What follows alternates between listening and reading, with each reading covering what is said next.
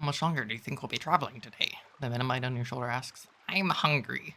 I'm hungry. We've gone such a long way. Dude, you're hungry. You can just eat like 2 crumbs from my rucksack and you'll be fine, okay? Dude, like, why are like 2/3 of the responses to Jan just like us being so mean to him? It's like, hey, we can ditch him, or hey, leave, or like just shut up. Uh, like we finally have a friend, and we're so mean to him. We've come such a long way. You can stop here. That's telling him to leave, and we're telling him to shut up. We'll be nice, even if we're lying. Like he's not even moving. He's just sitting on our shoulder, right? He gets to nap all day. Not much further. The man might sighs and slumps onto your shoulder. You continue along the path and around the side of a hill. A wooden hut is set into the slope, with an old woman sitting on the front step. A river seems to emerge from beneath her. You get closer, and you realize the water flows underneath her house. The house itself is set on splayed struts like an insect, straddling the water course. A few paces in front of the house, the water plunges over the edge of a sheer cliff and disappears. Um, so is she managing the place of power, right?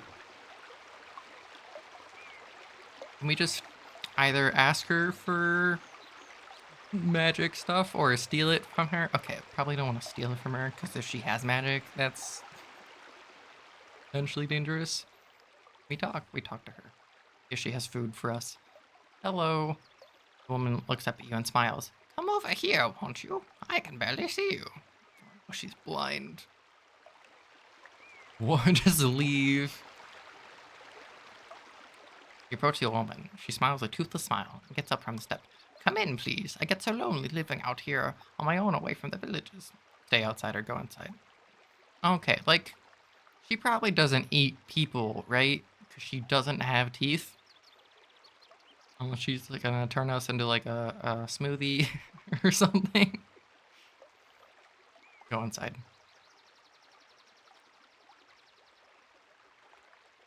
Feel like drinking the tea is maybe a bad idea.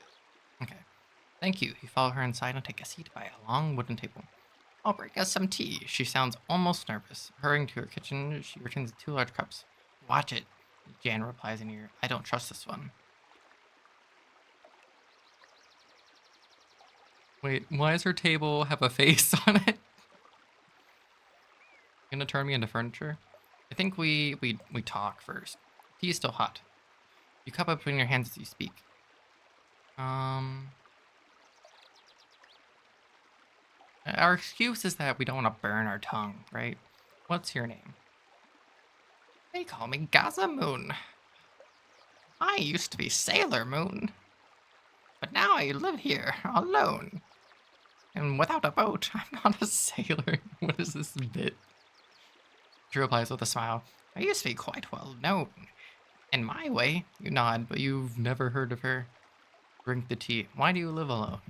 Oh, she smiles. No one bothers me. No one bothers about me. Why would they? Drink the tea or say, this is a nice place. Switch cups with her. Make a run for it.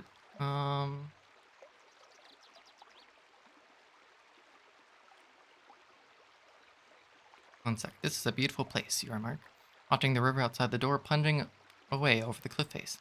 This is the top of the crystal waterfall. The river runs right under my house. They say it carries all my goodness and youth away while I sleep. The villagers bathe in it for luck. She giggles meanly. I'm sure it isn't quite true. You make to sip your tea when the old woman stops you, catching your arm before the cup reaches your lips. Oh, she says, suddenly, I've forgotten the pot. She goes back to the kitchen to fetch it. Wait, why'd she make me stop drinking to get the pot? Either leave or we're gonna switch cups. While she is away from the table, I switch the 2 cups around. Then when she returns, you lift the one closest to you and drink. A sudden deep pain grips your stomach and you double over. Oh no, did she... Was this a trick? You instant coffees, you find yourself seizing up. How is this such danger? Laughs someone. I can count on travelers suspecting my witchcraft. I'll kill you. Please release me. try to shout out, but you're paralyzed and quite powerless. The old woman begins to search through your bag. Jan flits around in some distress, unsure what to do. Then, with a coo of delight, she pulls out the spellbook page you were given by the old man in the tree. My book! My missing page. Why didn't you tell me you had my missing spell? No, she took the spell of California. She scurries off to the kitchen and turns to the cup of liquid, which she pours into your half-open mouth while clucking and stroking your head. It is an antidote, and you feel your body slowly unfreeze. Finally, she slaps you to bring you around.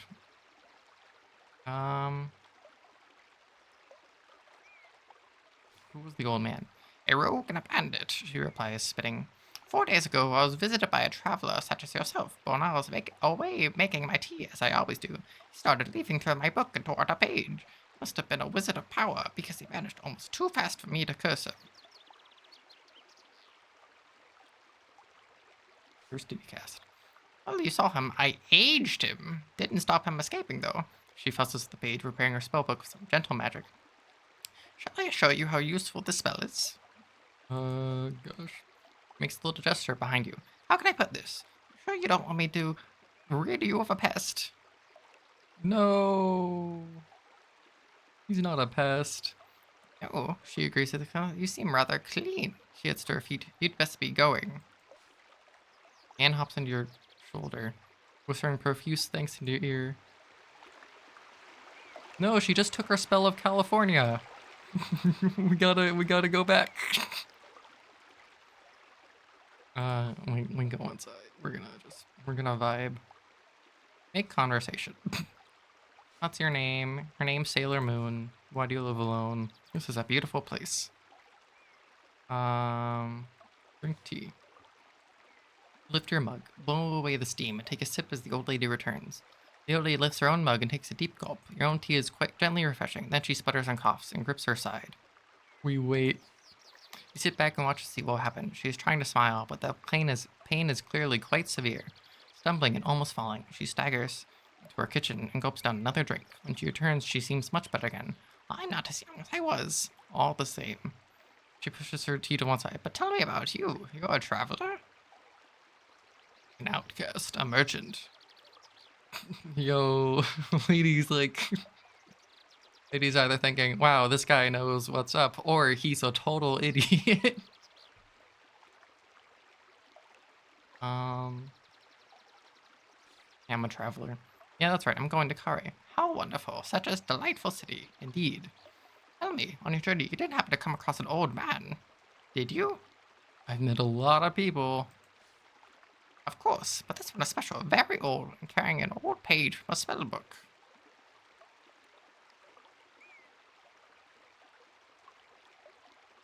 Gosh, I don't want her to steal it. Witch snatches it. What is the spell? Spell of pest repulsion. You have no idea how useful it is around here. She shakes her head. 4 days ago, I was a visitor. What do you uncurse him? Well, she looks uncomfortable. I rather think it might be too late. I aged him to almost 130 years. I wanted to slow him down, but instead I sped him up. She fusses with the page, repairing her spellbook with some gentle magic. Shall I show you how useful it is?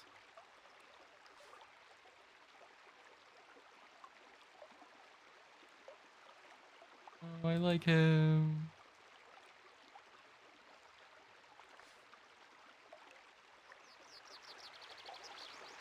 Yo, she just stole our spell, right? This is the worst outcome. How dare she? She just stole our spell of California.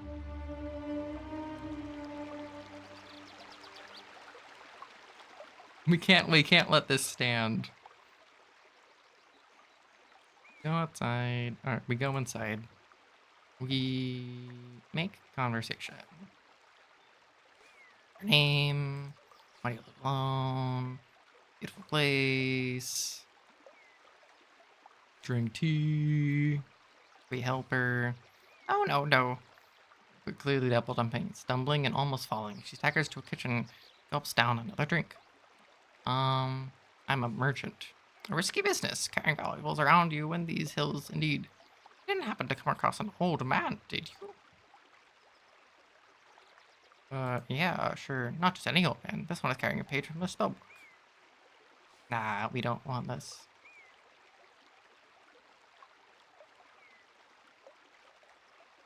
Really? That's a pity, she seems to think for a moment. Do you have anything of magical nature? Yeah, but no spell pages. What page do you want? Part of a spellless pest repulsion I once had. But I lost. It was very useful around here. Oh.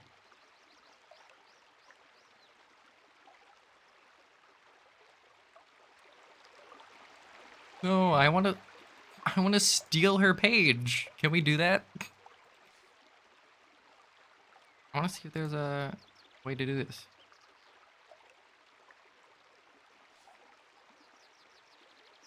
Tea is gently refreshing. A helper. I'm an outcast. A murderer. Indeed. Met a lot of people.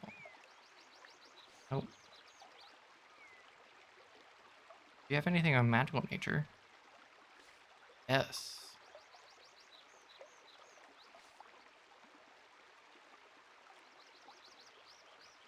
What is the spell?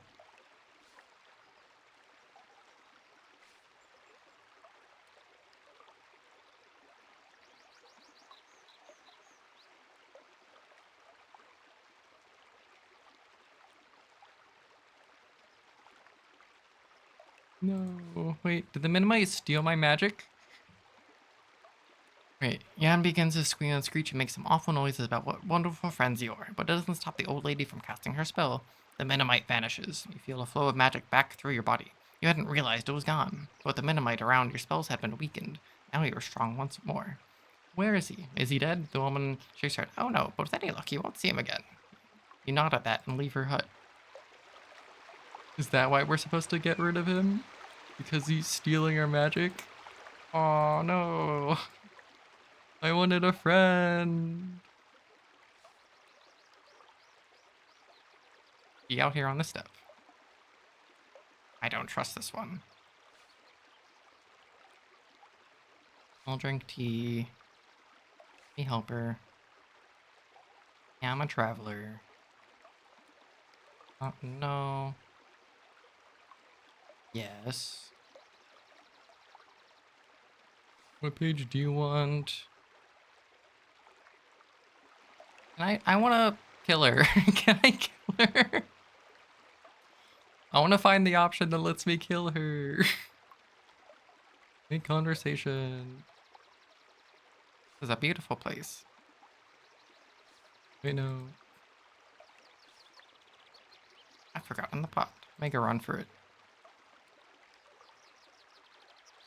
Well, the woman's back is turned. You try to slip away, but she hears her footsteps call, "Come back here! Please come back!" Keep walking. The old woman begins to scream incoherently. Little Jan is shaking now. Suddenly, there's a crackling sound to your left. You wheel around to see a colossal tree swaying, its trunk split, leaning. He stay still.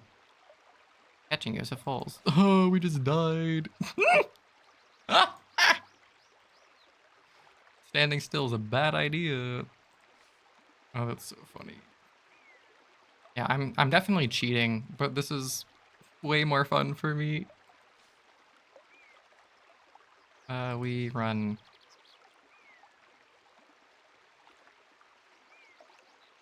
Oh wait, we can't even cast magic because Anne is here. Right?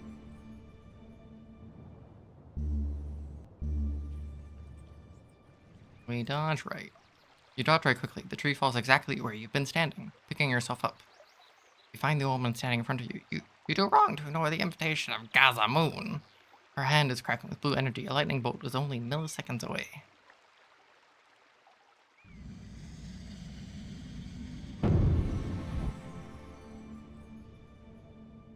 We dodge. We try to move, but there's no time. It's too close. I've been vaporized. Okay. Will we not be able to survive because Jan is here? because Jan is zapping our magic. We'll dodge left this time.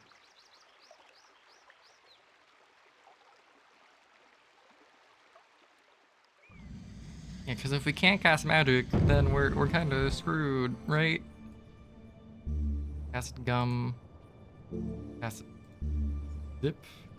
Teleportation. Oh, that's kind of sick. Off. Force field. We can cast sus. Be like, what's about to happen? Ow. Ooh. Also cast how. How do I escape this lightning bolt?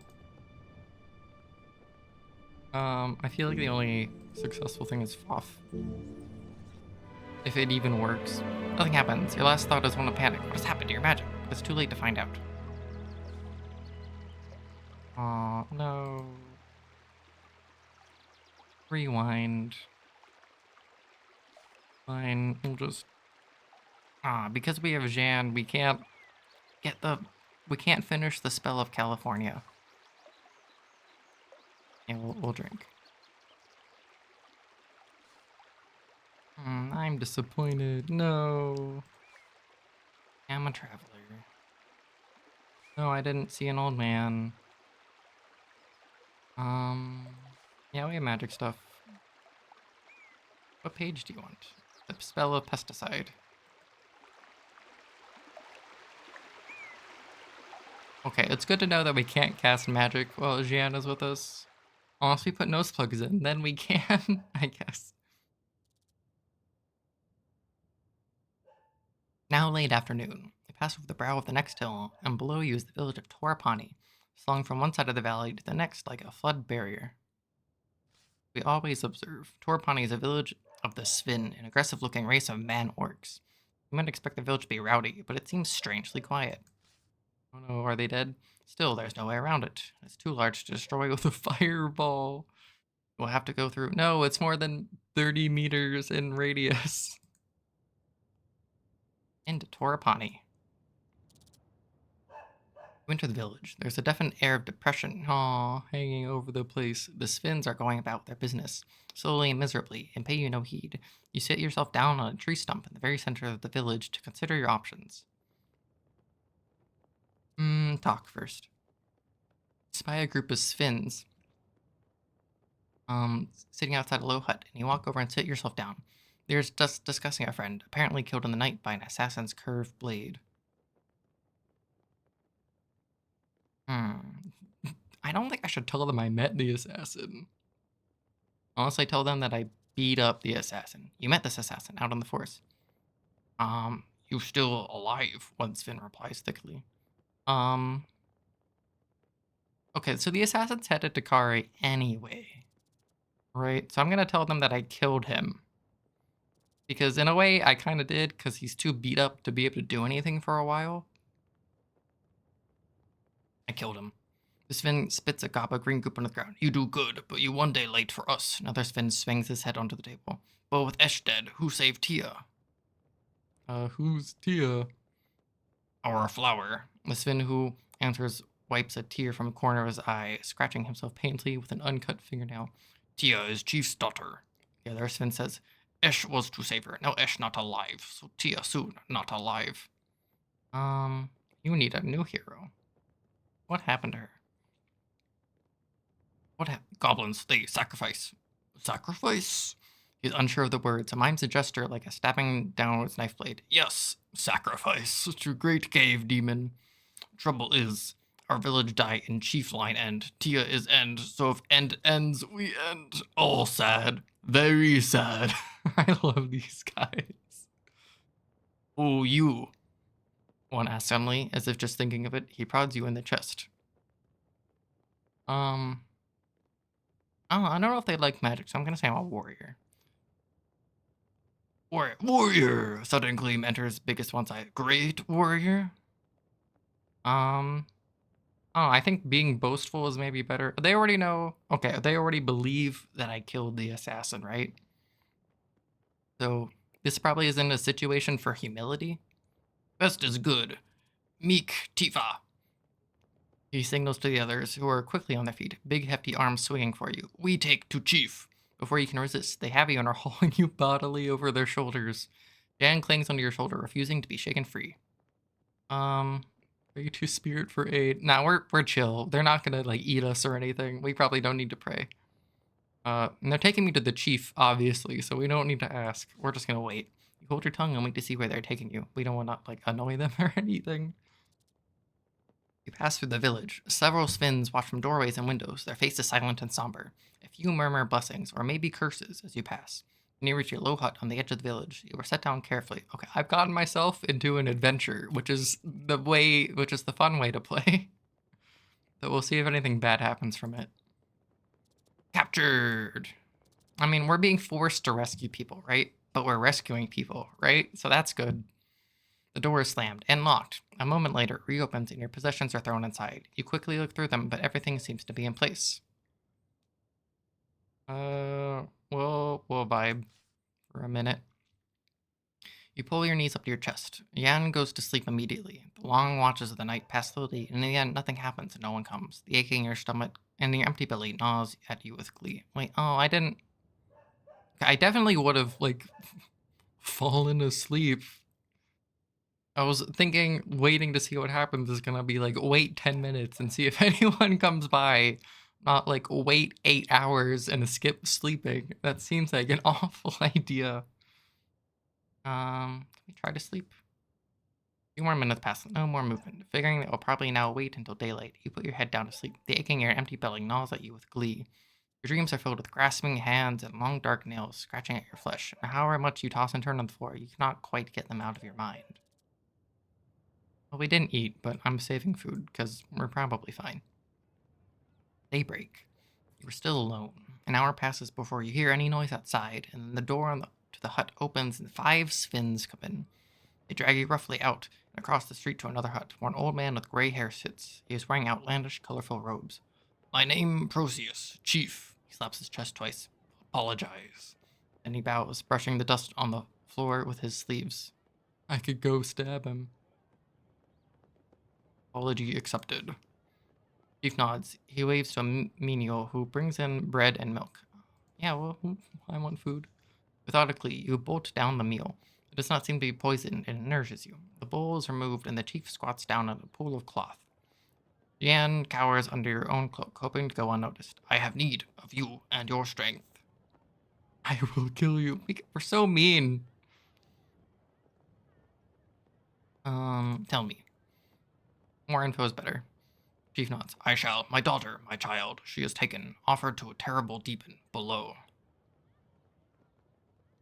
Goblins. Chief spits out the word goblins. He shakes his head as tears well up in his eyes. We never friends, but we never enemies like this. I not understand their hate. Why'd they care about demons in caves? The goblins are mining the old mines. They're hunting for the power of the crown of kings, but the mines are guarded by old demons. The chief nods. And they buy their skin with ours. Gets to his feet. Rescue daughter, and you will be great reward. I will be the great reward? I am a great reward. He gestures to the other Svins who, still taking no chances, grab you by your arms and haul you to your feet. A crack in the ground. Crack. They crack one more time. We're led along a short pathway through the forest to a crack in the ground. One Sven has brought a rope and another a basket. They are preparing to lower you down into the pit of earth itself. You'll pay me richly for this. We just go. You wait until they are ready, then step into the basket. The chief nods to you with respect. Watch darkness, he declares as he starts to lower you down. From your shoulder, Jan murmurs, we're in trouble now. Shivers. You don't realize. You can't use magic with me around, and I'm not going anywhere. Jan, what are you doing? Now you tell me? You hit the floor with a thud and peer into the darkness. Your eyes can make out nothing, but a slight breeze suggests endless space in all directions. You are blind, helpless, trapped. Something clatters to your feet from above. One of the Svins shouts something down to you. Feel for the ground. They probably dropping a torch? Yeah. Crouch down and feel around your feet until your hand closes on the base of something. You pick it up. It's a dry wood torch. Something else falls from above and strikes you on the head. Tinderbox, calls the voice. Rubbing the bruise on your head, you reach down and find the tinderbox. Cursing them won't help me. You strike a light, and the torch blazes into flame. Let's go below. You can see you're in a large cavern, wide and deep. At the far end, passageways disappear to the left and right. Through an uneven rockfall at the far end of the cavern, you hear a murmur. We listen. Clamber over the rocks at the edge of the cavern to investigate the sound. It is a whimpering coming from either side of the pile of stones. The Sven girl, perhaps? She came in this way, but then the cave-in blocked off her path. You have to find another way to reach her. Well, left and right are like the same decision. You go left and creep slowly into the darkness, ears straining for the sound of approaching threat. All you can hear is Jan's quiet whimpering. Passageway slopes down a short way, then ends in a T-junction. Two stones are stacked on top of one another against the wall here. Two stones, I mean, that's like a way marker, right? There's nothing special about the stones, except that they happen to be on top of one another. Turns out, the stones that are on top of each other indeed are on top of each other. Well, I don't know what that means. We already went left. We'll go left again. The tunnel twists and bends sharply, as if carved by a river now long since dried away. You lose all sense of which way is which, except to keep going forward, where the tunnel splits. There is a stacked pair of stones here as well. We go left. Through the opening in the left wall. The going is suddenly more difficult, and you realize that the tunnel is climbing at quite a sharp gradient. Little stones rattle and roll away downwards into the dark. At the highest point, the passage you're following finishes at another fork. As you enter, two stones roll away down the slope. Go left. I mean, the two stones either mean left or right. They mean something. The cave walls crush and close, as though the rock is squeezing you to death. Your shoulders rub against the walls. When you feel certain you can go no further, the path you're creeping through forks again. The other pair of stones are stacked in one corner. Go left. You take the left passage. You follow your pathway and you hear an echo of whimpering coming up the corridor. Torch light falls onto a frail shape. Hiding in the shadows is the young Sven girl, stacking stones into hundreds of little towers. Yo, did we just do it first try? It's all lefts. Look for traps. You run the torchlight around the walls of the cavern. No switches or triggers that you can see. The girl watches you with silent fear. Then the torchlight falls on a deep scratch in the rock, a claw mark. Suddenly, there's a loud roaring from the mouth of this short cavern. The walls begin to shake and crumble.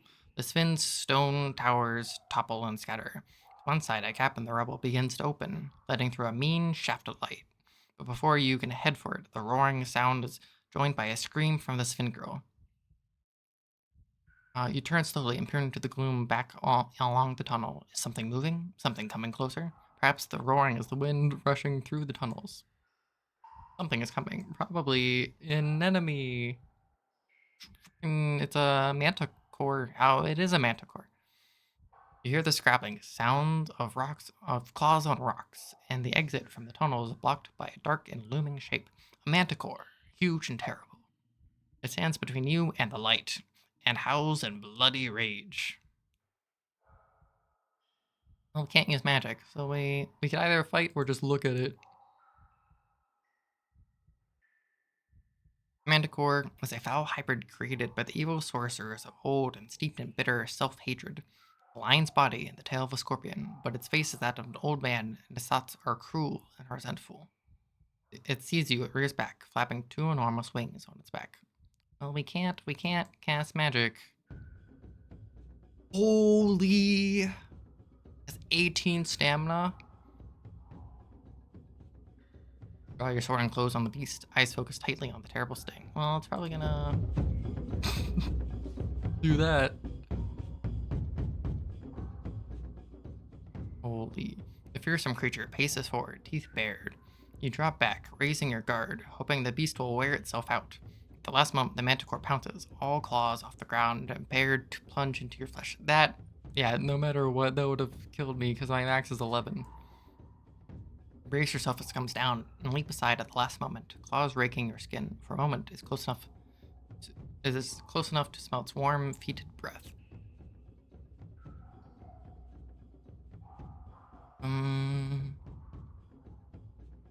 Yeah, I don't know like how offensive versus defensive I need to be against this. The creature snarls and snaps its jaws. You must finish this monster before it finishes you. I mean, duh. Standing firm, you swing a mighty stroke against the monster, just as the manticore. Man, if I had magic, that'd be so useful. The manticore punches its tail down like a hammer stroke. As it rears, you push your sword up into its exposed. That was only 2 damage, too. The manticore shifts away and opens its enormous jaws, which looks so human but contain an impossible number of teeth, each one dripping with a mixture of saliva and blood. It opens its jaws.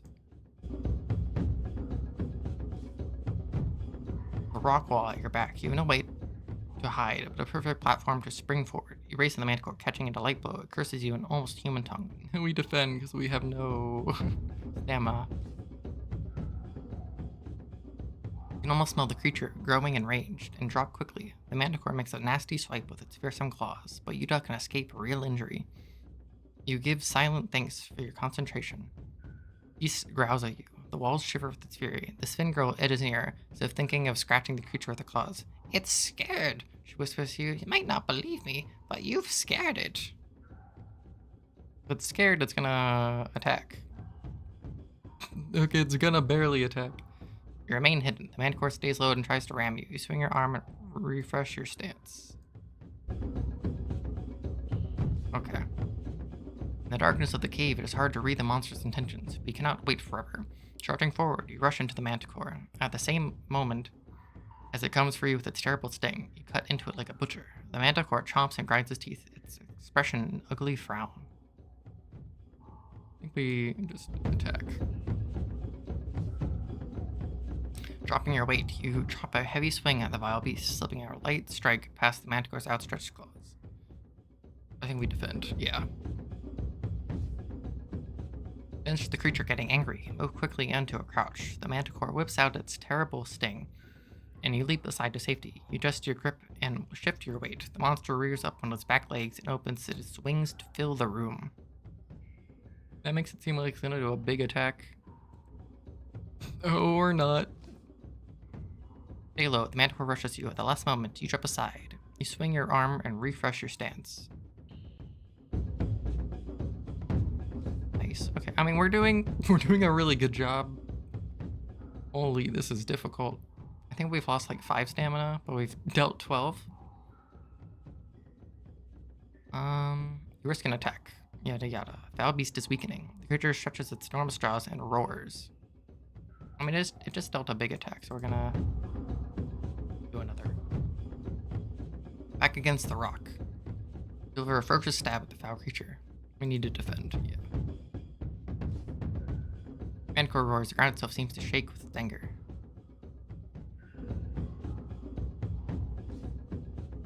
Manticore screams and howls in a voice that is almost human. It's dying, slowly, furiously.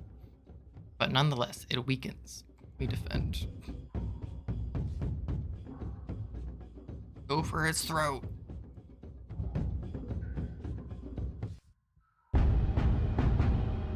Seven stamina lost. Skilled swordplay.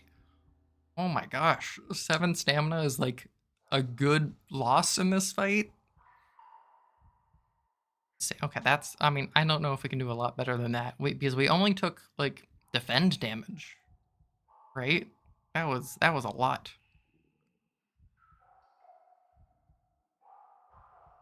Yeah, that was kind of insane. I mean, if we were able to cast magic, it would have been easier.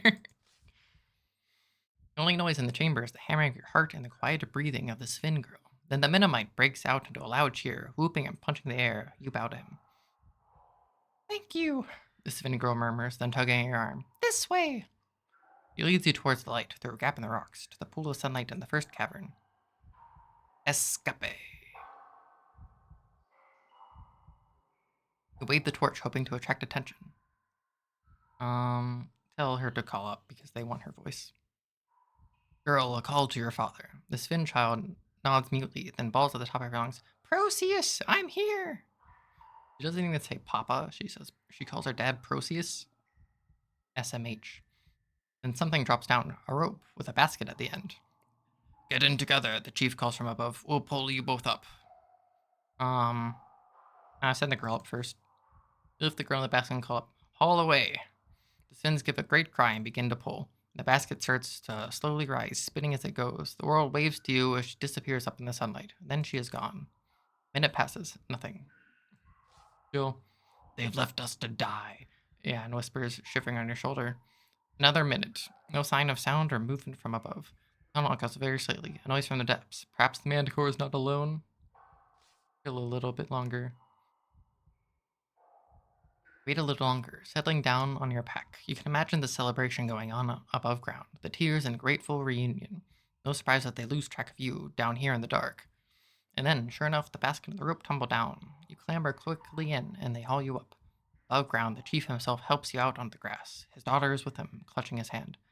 My daughter tells you fight bravely. For that I grateful. I invite you with us back to our pony. Will you come? Either we go to, I don't know, let's go. Maybe they'll feed us. 20 stamp, what did they do? They gave us like all the booze they could find. You will take what you are offered, you nod. Oh no, that's me talking. You'll take what you are offered, you nod. I'll come. As you enter the village, it erupts into celebration. Oh, we made friends. Given a place to stay and recuperate from your long journey. Visit the healing priest treats your wounds when you emerge. It is to find the village. Before so somber and silent, now in full life. Flowers are tied to every rooftop, and bands of spins are playing music on long, strangely shaped lyres. You're whisked away into the dance by Proceus' daughter, before the chiefs can welcome you to the feast. The night is glorious. Whoa, what the? How much money did they just give?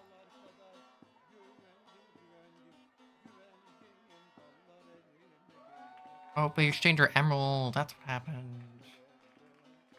Oh, okay. That's why we got money. At night, you sleep heavily and rise the next morning to continue your journey. The chief meets you before you go. My good friend, he declares, you have saved us. He presses 2 gifts into your hands. A pouch of 10 gold, a fortune for a place like this, and a key. This opens the South City gate of Kare. He tells you, I hope it is use. You perform one last transaction before you go, exchanging your emeralds for 24 further gold pieces with the chief. Gold will be safer in Kare. Time to leave. We made like 4 additional bucks because the emeralds are worth about like 10 gold each. So getting 24 is pretty sweet. Take your leave. The path winds away from Torpani, and soon you are on a downward slope, away from the Shamantanti hills, through stepped rice fields. As you walk, you feel for the first time the loneliness of the path ahead. Through Kare is a busy city. There is no honor among thieves, and beyond Kare there's nothing but the vicious wasteland. You have no one to trust in the days ahead. No, don't we still have Jan?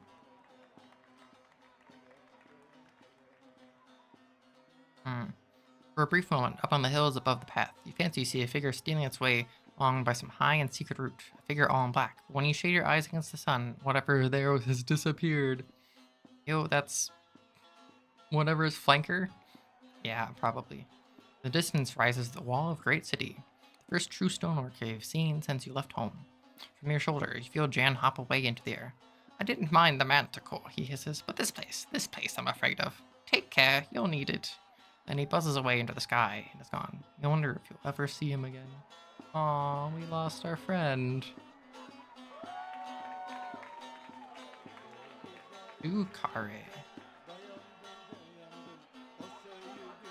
The journey through the Shamantati Hills has completed. Along the way, you've gained the friendship of Flanker the Assassin, and have been given the key to the gates of Kare. You've collected an impressive number of magical artifacts. Holy crap. A large lump of beeswax, a cloth skullcap, a vial of glue, nose plugs, 4 pebbles, 1 giant's tooth, 4 goblin's teeth, and a bamboo pipe. You are armed with a long sword, an original sword, and have 2 rations and 42 gold pieces, and your spell book. We have so much stuff. The adventure continues in Sorcery 2, Kare, City Porter Traps, out now. Yo, we save. Cloud save spell. Opa Joe. Continue. Oh, that was so much fun.